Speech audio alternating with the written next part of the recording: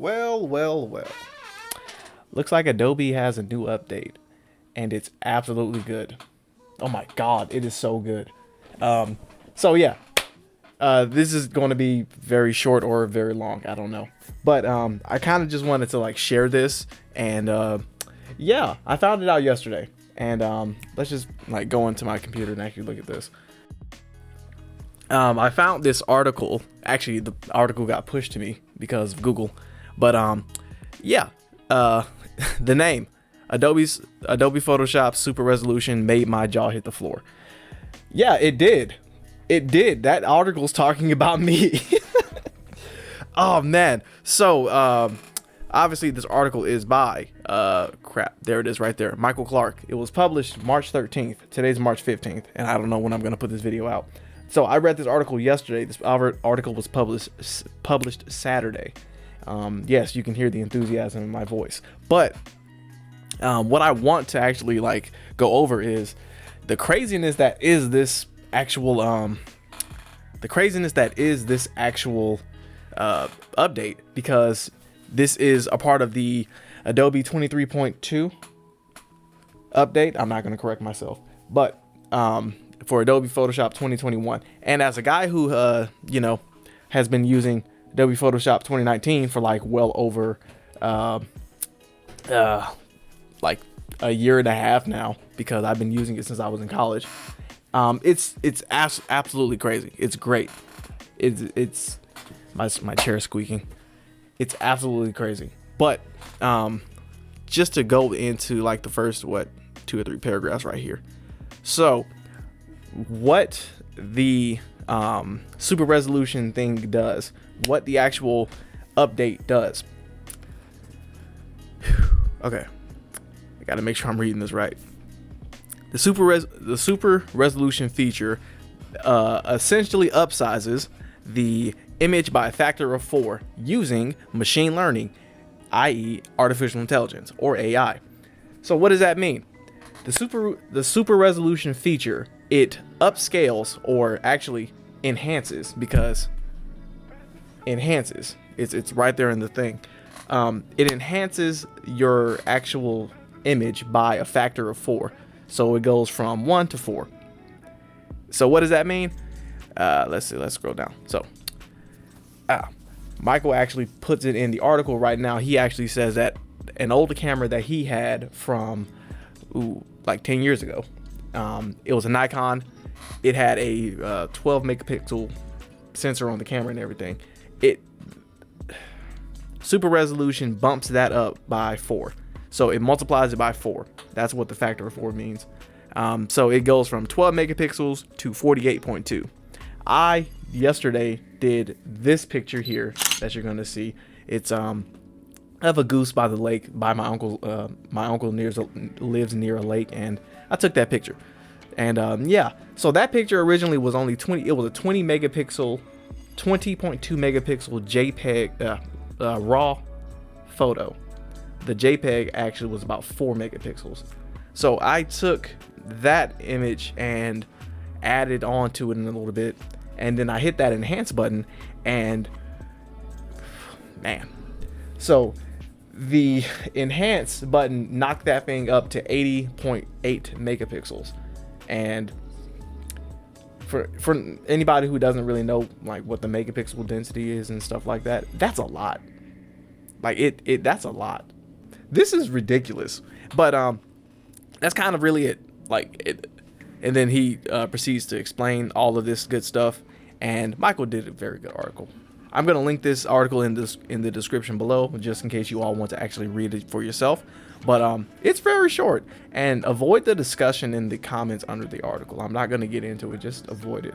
So what we're actually going to do, we're going to jump into Photoshop right now. These are some vultures that I took. Well, I think they're vultures. I don't know. There were birds by the lake as well. There were birds, ducks, and then again, when I want to say vultures on the lake. And because of that, I just took pictures. That's all. Right now, the way that you can get in and use the super resolution tool, you need Adobe Camera Raw, Adobe Photoshop, or Lightroom. So those two. And then you need Adobe Bridge if and only if you want to import other files other than the raw files. The raw files you can import straight into Adobe Camera Raw without anything, you know, being affected. But you need Adobe Bridge if you want to import a JPEG or even a TIFF file, because those are the main two, along with a lot of other ones that actually work. Because I don't have Adobe Bridge, and I actually only want to use this for my raw photos and files that this camera that I'm using right now takes. We're just going to import that in. So I can actually bring this exact image. This is the JPEG image, and as you see, there's a little bit of blur, like right there. I'm going to bring this image. What's the name of it? 2879. I cannot read at all. I'm awful. So now let's go ahead and just gonna drag this guy over. So again, you need to have Adobe Camera Raw 13.2 and then the latest version of Photoshop, which is, as of this recording, I believe, again, whatever I said before, because I'm not gonna say it again. But now we have this open. So all you're gonna really do, you're gonna make all the adjustments and edits that you want. I'm gonna, yeah, that exposure is good right there. Drop that contrast just a little bit. Don't do too much though. Texture, let's see how the texture looks. Just push textures there. And now, yeah, that's it. So now I made the adjustments that I want to make.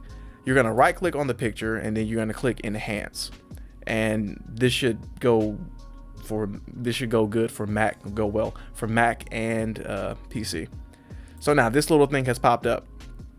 It is loading up a preview, and on, let's see, where it says super resolution, if we uncheck that, it'll do raw details instead of super resolution. So we're gonna do super resolution, and I'm pretty sure raw details includes that.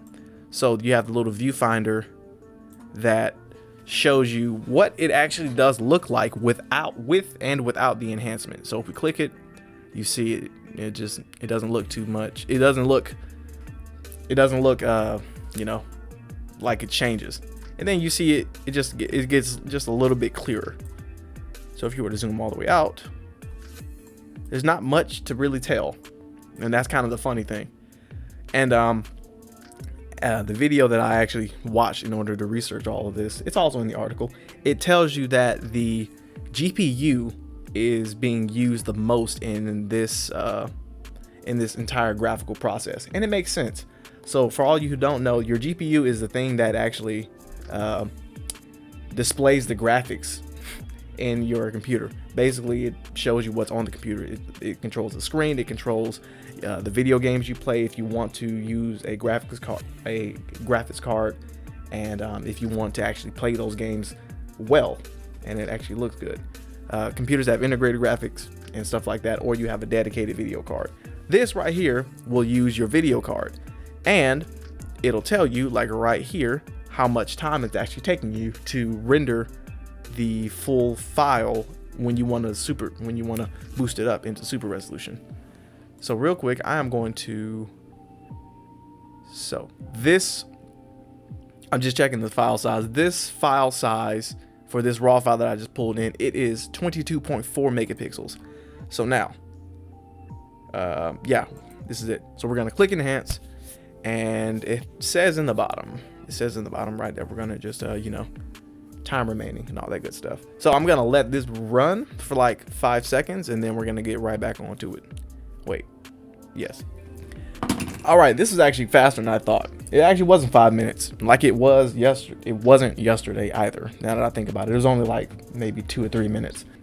When it's done, you're going to see this little guy here. This is our, yes, this is our modified item. This is our modified picture. And just clicking on these, and obviously because YouTube like decompress it, YouTube compresses this file, you won't really be able to see the difference per se. So I'll do my best to, you know, make the differences visible as best as possible. But this is interesting. The main thing that pops out whenever I switch it is the eye here. It's this eye. So let's see, like, can I? Oh, now you really?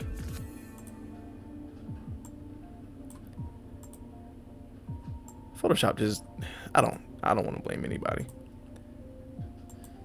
So obviously you can't see too many real details.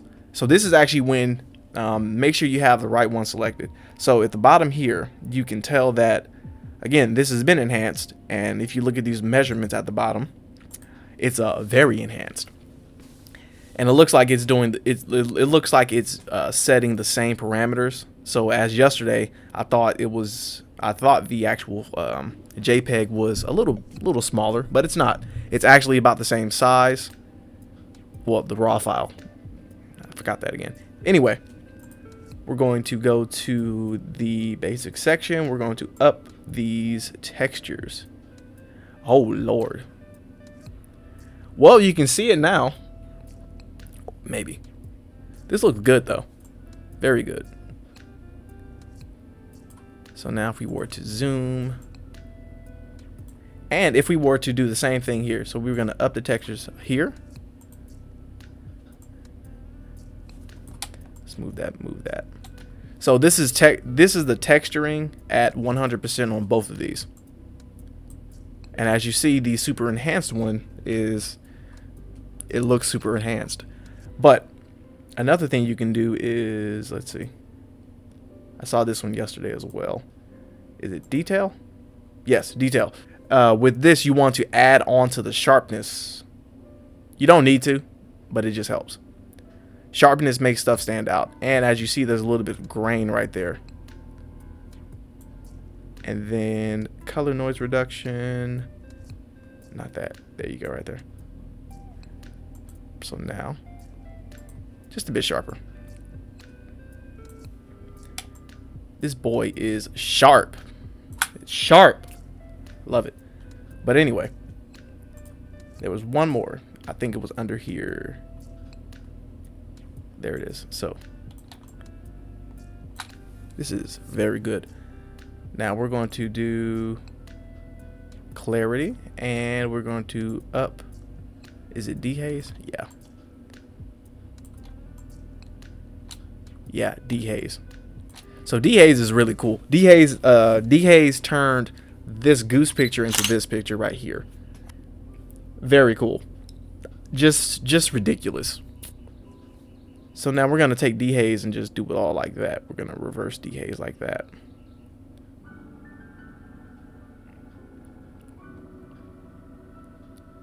That's great. That's really great here. So with that being said, let's zoom all the way out. See the damage we've done. So we went from that to this super enhanced one right here. Spot the differences yet? This is really cool. This is cool. And some of you may be asking, like, what's the purpose of this? The purpose, if you want to get technical, is you can blow these images up to a scale or size way beyond their normal parameters. For a JPEG, if you were to, because a JPEG is a rasterized file, if you were to blow it up to a certain extent or even zoom in too much, it would get extremely blurry. And that's why JPEGs are not the best way to save images. As if you have to save a rasterized image, you should save it as a PNG, or best yet, save it as a raw file, which is why most photographers shoot raw files on their cameras as a complement to JPEG, because they do both. My camera does both, so I have it doing both. It takes up a lot of file storage. It takes up a lot of space. But with that being said, that's kind of it. Like, this is it. I would love to just add like a whole bunch of other pictures and just edit a lot, but I don't really need to. The whole point has been proven here. And again, like I said, the main purpose is to be able to blow up some of these images and make sure they're super enhanced and good looking, because everybody likes good looking pictures unless the purpose of the picture is to look bad. Oxymoronic, I know, but that's how it works. And yeah, so I'm actually going to save this image. I'm going to also, when you save it, it allows you to save this as a DNG file. A DNG file is the standard raw photo format that most Adobe products, and by most Adobe products I just mean Lightroom and Photoshop, use. It's pretty cool. So it saved it here. I need to put it over here, or leave it there too. Wow. Now that I'm looking, let me actually pull this up so you can actually see it. So this is the DNG file that I just saved. This DNG file is 278 megabytes. That's a lot. Why do I say that's a lot? Because the JPEG, the super compressed one, is 4 megabytes. That's a lot. That is a lot. And just so you can see what I said what this was, but this is the raw format. Sorry about that quick break, but this is the CR3 raw format that my camera uses. So this one right here is that's just 22.4 megabytes. So if you go to the DNG file, that's ridiculous. That is super ridiculous. Oh man. So we're gonna cancel this out, cancel this out, cancel this out.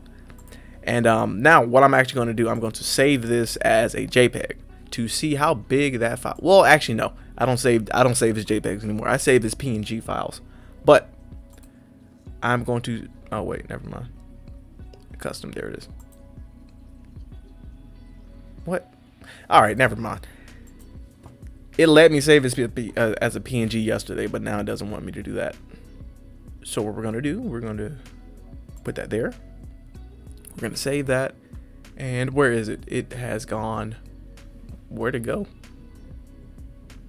There it is. Cool. It just didn't pop up.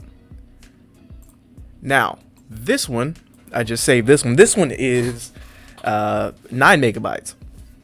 So it's just over double the file size.